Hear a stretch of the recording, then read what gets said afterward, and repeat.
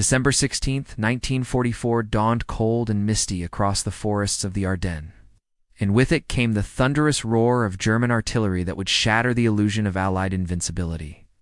At precisely 5:30 in the morning, over 2,000 German guns opened fire along an 85-mile front, heralding what would become the largest and bloodiest battle fought by American forces during World War II. Adolf Hitler stood in his Wolf's Lair headquarters in East Prussia, staking everything on one final, desperate gamble. The Fuhrer had conceived Operation Watch on the Rhine in the autumn of 1944, a bold counteroffensive designed to split the American and British armies, capture the vital Belgian port of Antwerp, and force the Western Allies to negotiate a separate peace.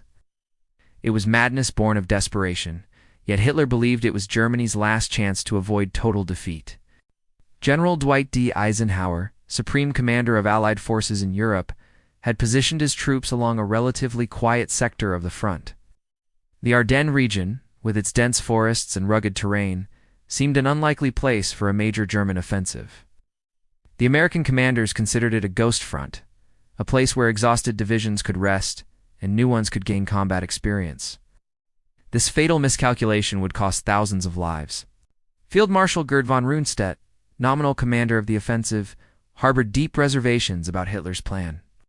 The aging military professional knew that Germany lacked the fuel, ammunition, and air superiority necessary for such an ambitious operation. According to military historian Antony Beever's detailed account in Ardennes 1944, von Rundstedt privately called the operation "this damned strike," believing it would squander Germany's remaining reserves without achieving decisive results. The German assault forces consisted of 3 armies, totaling more than 200,000 men, nearly 2,000 artillery pieces, and over 1,000 tanks and assault guns. Hitler had scraped together these forces from every available source, stripping the Eastern Front to dangerously thin levels and mobilizing boys barely old enough to shave, alongside middle-aged men pulled from re-area duties. Facing them were approximately 80,000 American troops from the 1st Army's 8th Corps, spread thinly across their defensive positions. The Americans had no idea what was about to hit them. The Germans had maintained strict radio silence, moved troops only at night, and timed their offensive to coincide with several days of forecasted bad weather that would ground Allied aircraft. When the barrage lifted and German infantry and armor surged forward through the morning fog, American units found themselves overrun and isolated. Telephone lines went dead. Radio communications dissolved into chaos.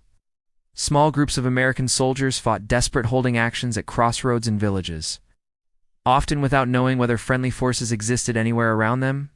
Colonel Hurley Fuller's 110th Infantry Regiment, holding 12 miles of front with just 3,000 men, bore the initial shock. His soldiers fought with extraordinary courage, delaying the German advance and buying precious time for reinforcements to arrive. Many would pay for that courage with their lives or freedom, as entire companies were surrounded and forced to surrender. As darkness fell on that first terrible day, German panzer columns had torn gaps in the American lines and were driving westward toward the Meuse. River Hitler's gamble was underway, and the outcome remained terrifyingly uncertain. By December 20th, 1944, the strategic crossroads town of Bastogne had become the critical hinge upon which the entire battle turned. 7 roads converged on this small Belgian town, making it essential for German forces to capture if they hoped to maintain their westward momentum. Standing in their way was the 101st Airborne Division and elements of other units, approximately 18,000 American troops who would write one of the most heroic chapters in military history. Brigadier General Anthony McAuliffe commanded the American defenders. The 46-year-old artillery officer from Washington, D.C., had assumed temporary command when the division's regular commander was away. McAuliffe was a practical, no-nonsense soldier who inspired confidence through calm competence rather than theatrical bravado. He would need every ounce of that steadiness in the days ahead. The German forces surrounding Bastogne belonged primarily to General Heinrich von Luttwitz's 47th Panzer Corps. Von Luttwitz desperately needed to eliminate the American garrison, which threatened his supply lines and disrupted his timetable. On December 22nd, he sent 4 German officers under a white flag to deliver an ultimatum demanding American surrender. The German message read formally and ominously: "The fortune of war is changing. This time, strong German armored units have encircled the USA armored forces. There is only one possibility to save the encircled USA troops from total annihilation. That is the honorable surrender of the encircled town. McAuliffe's response would become legendary. After reading the demand, he initially replied with a single word, "Ah, nuts." His staff officers convinced him to formalize the reply. The message sent back to the Germans read simply, "To the German commander, nuts." The American commander. The German officers, unfamiliar with American slang, required explanation about what exactly this meant. When told it meant go to hell, they departed to inform their superiors. The siege of Bastogne tested American endurance to its limits. Temperatures plummeted well below freezing. Soldiers suffered from frostbite and trench foot. Medical supplies ran critically low, forcing surgeons to operate without adequate anesthesia. Ammunition dwindled to dangerous levels. Food became scarce, with many defenders subsisting on a single care ration per day. Yet the paratroopers and attached units held their ground. They fought from foxholes carved into the frozen earth, repelling repeated German assaults with rifles, machine guns, artillery, and sheer determination. Tank destroyers prowled the perimeter, hunting German armor. Every farmhouse and barn became a fortress. Every hedgerow hid American defenders. On December 23rd, the weather finally cleared. The sky filled with C-47 transport aircraft, dropping supplies by parachute. Soldiers wept openly as bundles of ammunition, medical supplies, and food floated down from the sky.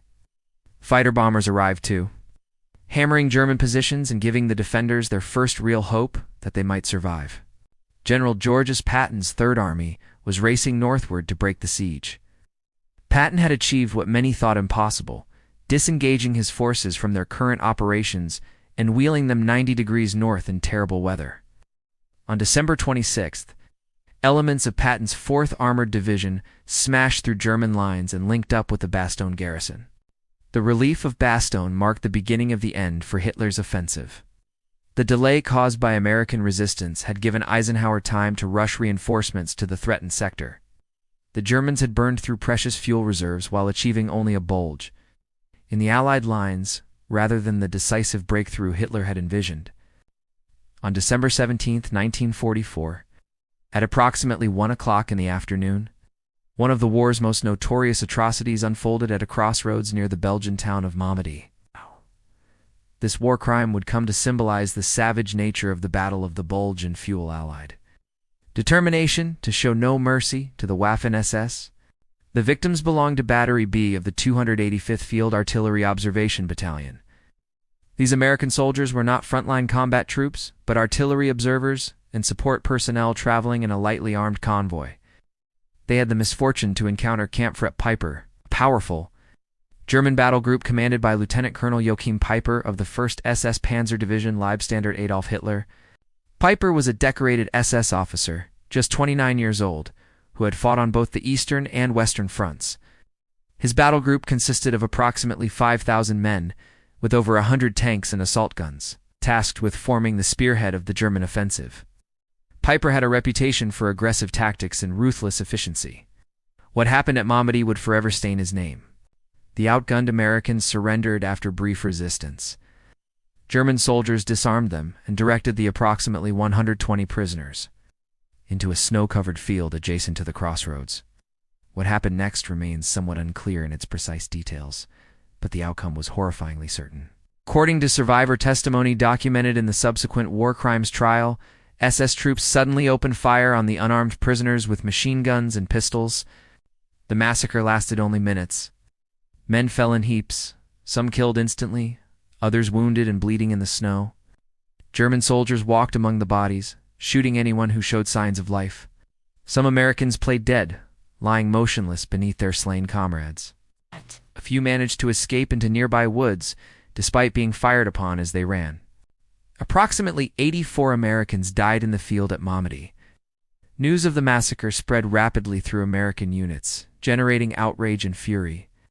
Soldiers who previously might have accepted German surrender now fought with hardened hearts. Remember Malmedy became an informal battle cry, and many German prisoners, particularly SS troops, faced rough treatment, or worse, in the following weeks. The massacre at Malmedy was not an isolated incident during Camp Frupp Piper's advance. Evidence documented in Charles B. McDonald's official U.S. Army History: A Time for Trumpets indicates that Piper's troops killed other American prisoners and Belgian civilians at multiple locations. Over 350 victims were eventually attributed to war crimes committed by the battle group during its drive westward.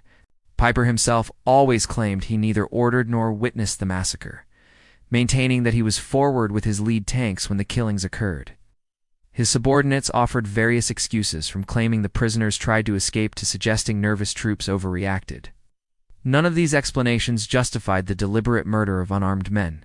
The news of Malmedy reached Supreme Headquarters almost immediately. Eisenhower's staff documented the atrocity, collected survivor testimony, and ensured that evidence was preserved. This would become one of the most significant war crimes trials conducted after Germany's defeat. Piper and dozens of his men would eventually face American military justice at Dachau in 1946. For the American soldiers fighting in the frozen forests of the Ardennes, Malmedy reinforced the moral clarity of their cause. They were not simply fighting for territory or national interests, but battling an enemy capable of such calculated brutality. The massacre steeled their resolve during the bitter days ahead. December 23, 1944, brought a transformation that would prove as decisive as any tactical maneuver in determining the battle's outcome. The heavy clouds and fog that had grounded Allied aircraft for a week finally broke, revealing clear winter skies that stretched from horizon to horizon. For German forces, this meteorological shift spelled doom. Hitler had timed his offensive specifically to coincide with forecasted bad weather. German planners knew their forces could not succeed under clear skies, where Allied air superiority would prove overwhelming. For 7 days, the gamble had paid off. Thick clouds and ground fog had kept American and British aircraft mostly earthbound, allowing German columns to move with relative freedom. Now that advantage evaporated like morning mist under a harsh sun.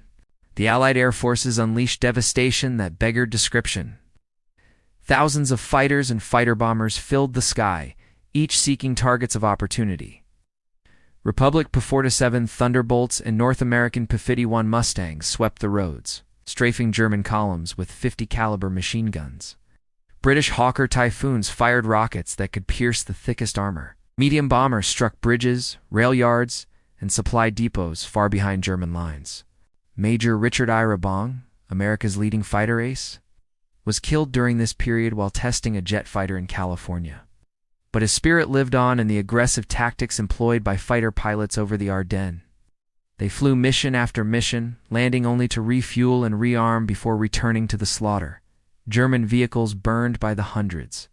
Soldiers who had felt relatively safe during the first week now feared every moment spent above ground. The weather also allowed massive resupply operations. Transport aircraft dropped supplies to surrounded American units, while others landed at forward airfields with urgently needed ammunition and medical supplies. The aerial supply operation demonstrated the industrial and logistical superiority that Germany could no longer match.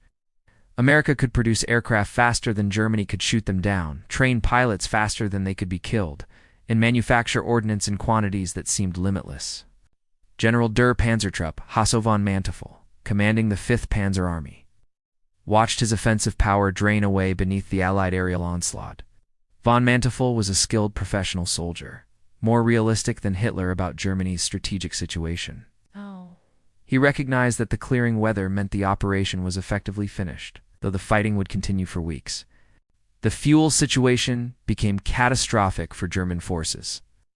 Hitler's plan had depended on capturing American fuel depots to sustain the advance. Those depots had been denied to the Germans by the stubborn American defense. Now, with Allied aircraft destroying fuel trucks and storage facilities, German tanks sat immobilized, becoming stationary targets for American artillery and airstrikes. On Christmas Day 1944, German forces made their deepest penetration of the battle, reaching the village of Sels. Just 4 miles from the Meuse River, the 2nd Panzer Division had driven further west than any other German unit, but it had done so at the cost of outrunning its supplies and support. American forces surrounded the spearhead, and what followed was methodical destruction. The German tanks and vehicles at Sels ran out of fuel. Crews abandoned their equipment and attempted to escape on foot. American artillery and aircraft hammered the trapped units mercilessly. Of the 2,000 German soldiers who reached Celles, fewer than half escaped. The rest were killed or captured. Their wrecked vehicles littered the landscape, a testament to how close Hitler's gamble had come to success, and how completely it had ultimately failed. The turning of the weather marked the psychological as well as tactical turning point. German soldiers who had advanced with desperate hope now retreated in growing despair. American troops who had reeled backward in shock and confusion now pushed forward with renewed confidence. The initiative had shifted permanently.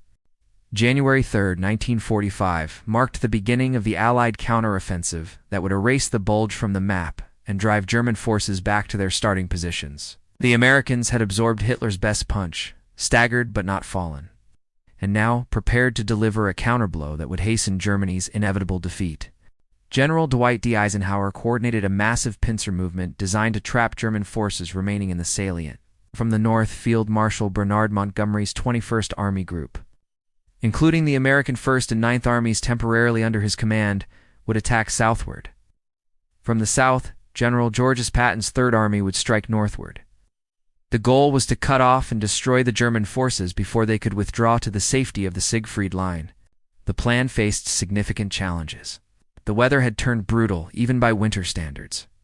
Temperatures plunged to 20 degrees below 0 Fahrenheit. Snow fell heavily, creating drifts that blocked roads and reduced visibility. Soldiers suffered terribly from the cold. Frostbite casualties sometimes exceeded battle casualties. Equipment froze and malfunctioned. Vehicle engines required hours of warming before they would start. Yet the American forces pressed forward with grim determination. The men fighting in the Ardennes had endured too much to stop now. They had watched friends die, survived artillery barrages that seemed to last forever, and fought in conditions that tested human endurance to its limits. They wanted to finish the job and go home. The German retreat proved nearly as costly as the advance. Hitler disconnected from reality in his Berlin bunker, refused to authorize withdrawal until January 8th, far too late to save most of his forces. German commanders on the ground began pulling units back without authorization, recognizing that to remain in place meant annihilation. American artillery played a devastating role in the counteroffensive.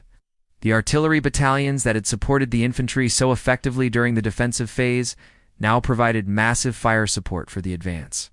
Forward observers called down concentrations of shells on German positions with clinical efficiency. The ground shook continuously with the impact of high explosives. German soldiers emerging from their positions to surrender told interrogators that the American artillery was the most terrible weapon they had faced. The junction of American forces from north and south came on January 16th at Heuvelise, Belgium, effectively sealing off the Bulge. Thousands of German soldiers were trapped and captured, though the encirclement came too late to bag the majority of Hitler's forces.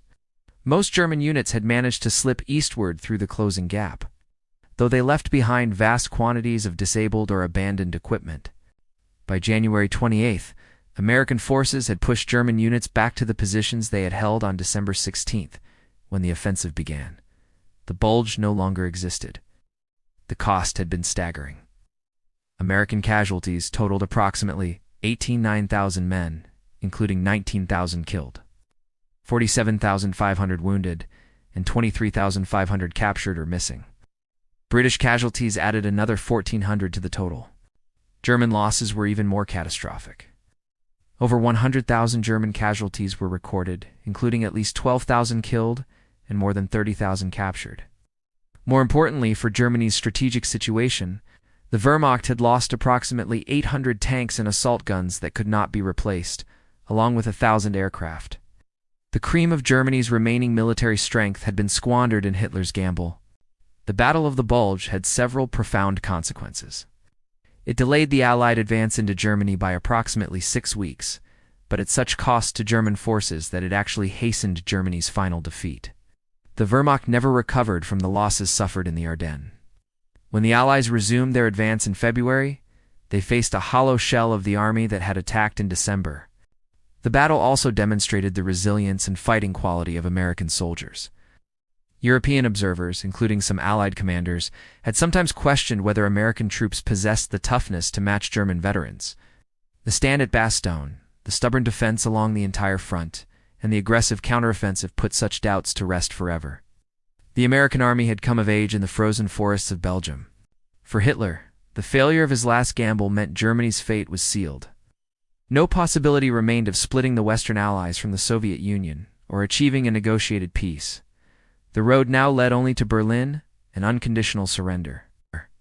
The German dictator had rolled the dice one final time and lost everything. The snow that fell across the Ardennes in late January 1945 gradually covered the scars of battle, burying shell craters and concealing burned-out vehicles beneath white shrouds. But the memories of what had transpired could not be so easily hidden. The Battle of the Bulge would remain seared into the consciousness of those who fought there and would shape historical understanding of the Second World War for generations to come.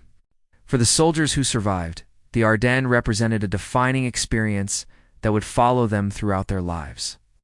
Veterans spoke of the bone-deep cold that no amount of clothing could ward off, the constant fear of artillery fire that could arrive without warning, and the sight of friends killed in an instant.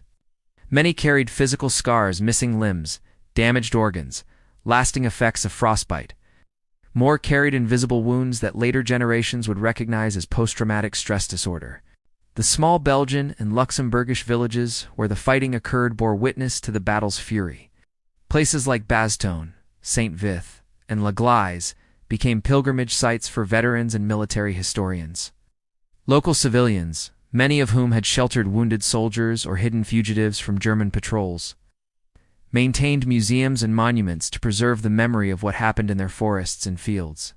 The war crimes committed during the battle, particularly the Malmedy massacre, resulted in the most significant trials conducted by the United States Army. The trial of Joachim Peiper in 1973. Other members of Kampfgruppe Peiper took place at Dachau concentration camp in May 1946. The location was symbolically powerful. Justice served at a site of Nazi atrocities.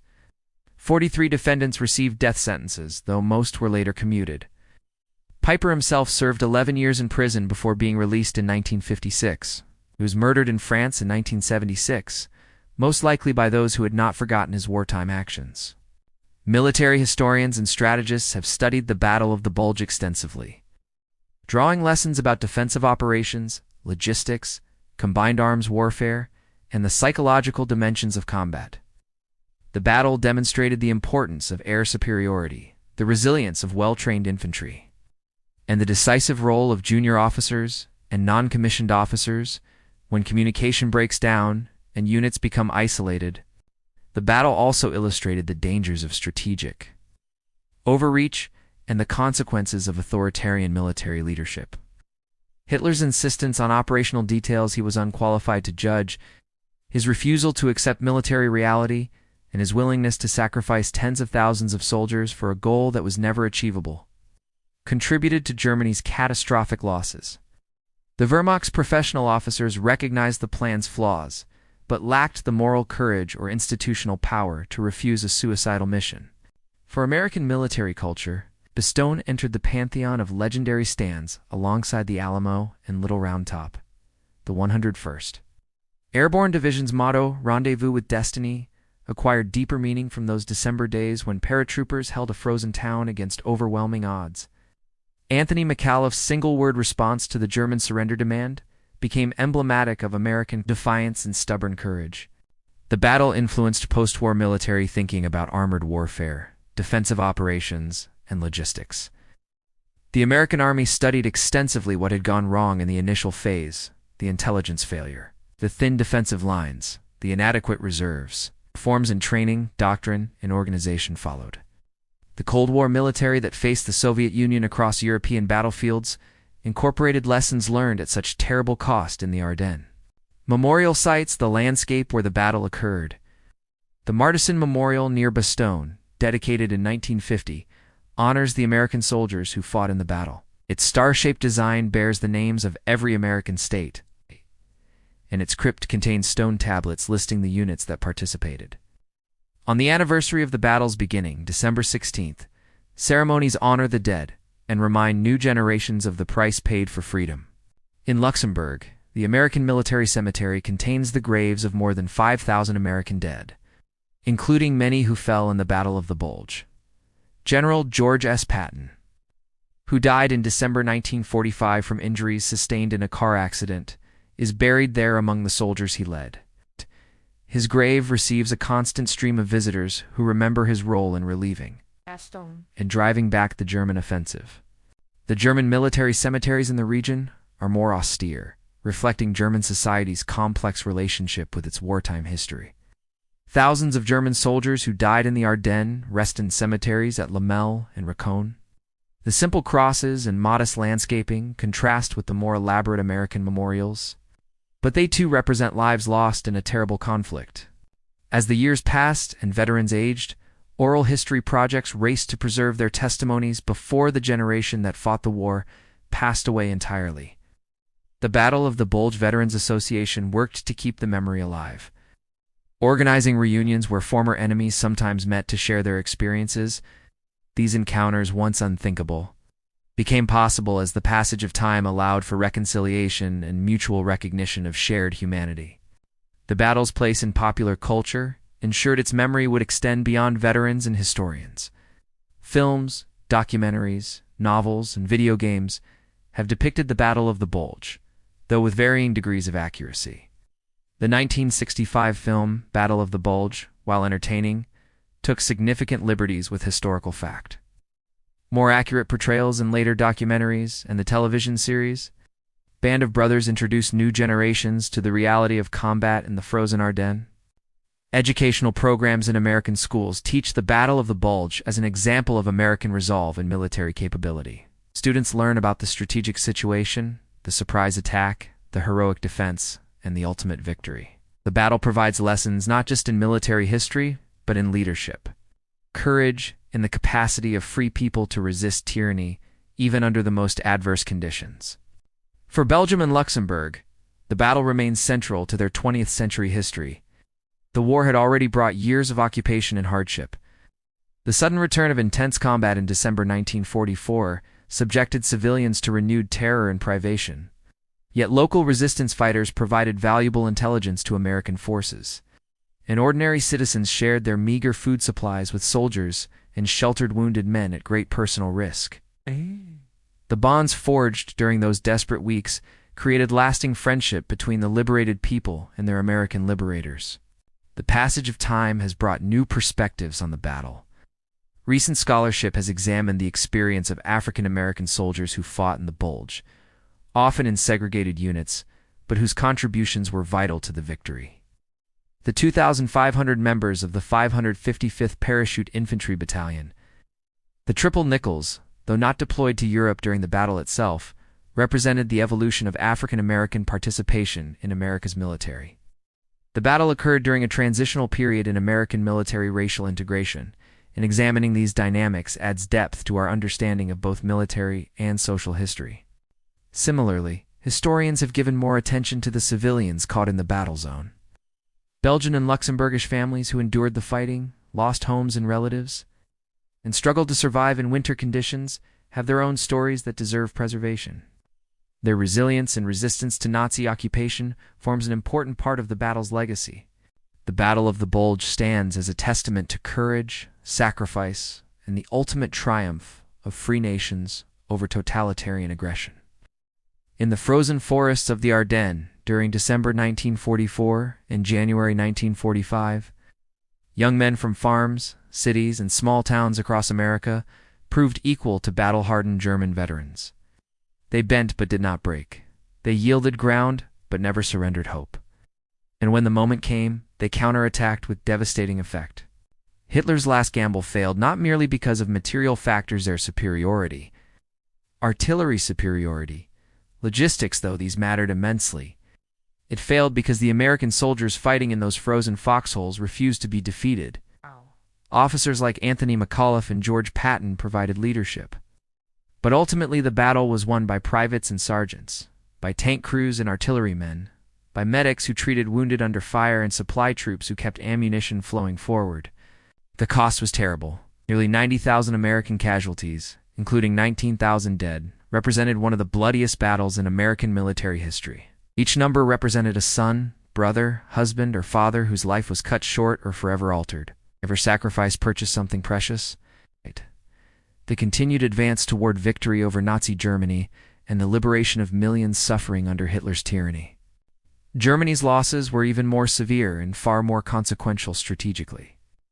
The Wehrmacht forces committed to the Ardennes offensive represented the last significant mobile reserve available to defend the Reich. When those forces were shattered, nothing remained to stop the Soviet advance from the east, or the Anglo-American advance from the west. Berlin's fate was sealed in the snows of Belgium. The battle's legacy extends beyond military history into the realm of national memory and identity. For Americans, it represents a moment when the nation's soldiers proved themselves against the most challenging circumstances. For Germans, it serves as a reminder of the catastrophic consequences of following a delusional leader into an unwinnable war. For Belgians and Luxembourgers, it marks the final chapter of their liberation from Nazi occupation. Today, visitors to the Ardennes can walk the ground where these historic events occurred.